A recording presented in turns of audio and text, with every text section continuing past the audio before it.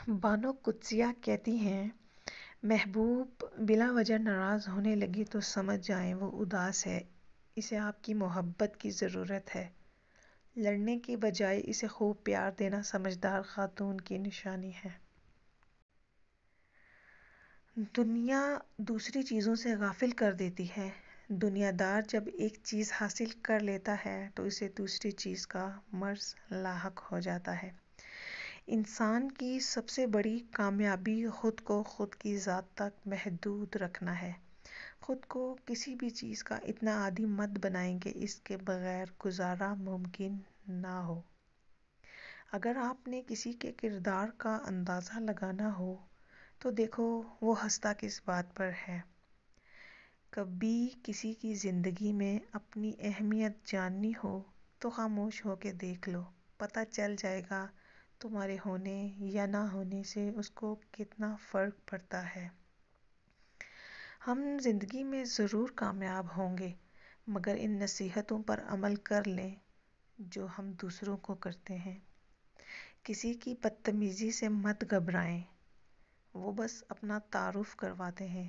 سمجھداری اسی میں ہے کہ آپ انہیں پہچان کے آگے چل دیں۔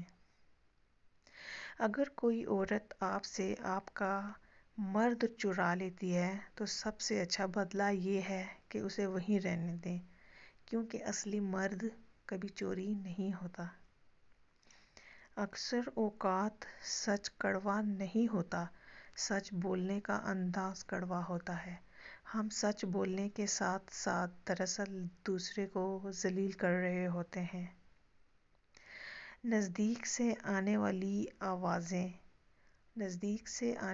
آوازوں میں سے سب سے قریب ترین آواز ضمیر کی ہوتی ہے، لیکن کم لوگوں کو سنائی دیتی ہے۔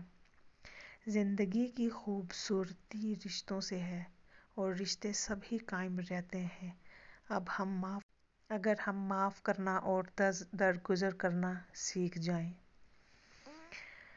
مرد اگر سچی محبت کر لے تو وہ نہ تو کوئی غیر عورت کی طرف دیکھتا ہے اور نہ ہی کسی غیر مرد کی نظریں اپنی عزت پر پڑنے دیتا ہے۔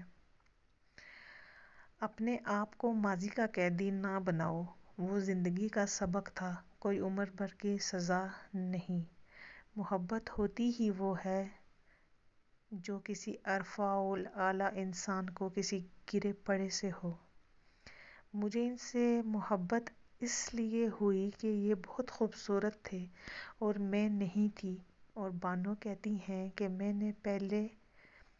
نے نہیں پہلے اشفاق صاحب نے مجھ سے محبت کی تھی، لیکن اگر سارے ہی غم سلجھ جائیں تو آدمی اور اس میں بات چیت بند ہو جاتی ہے۔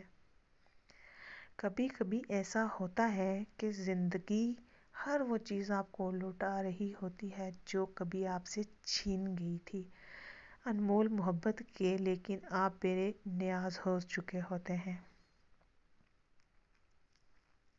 عموماً عورت موم بس اپنی پسند کے مرد کے لیے ہی ہوتی ہے، ورنہ اس سا پتھر کوئی نہیں ہوتا۔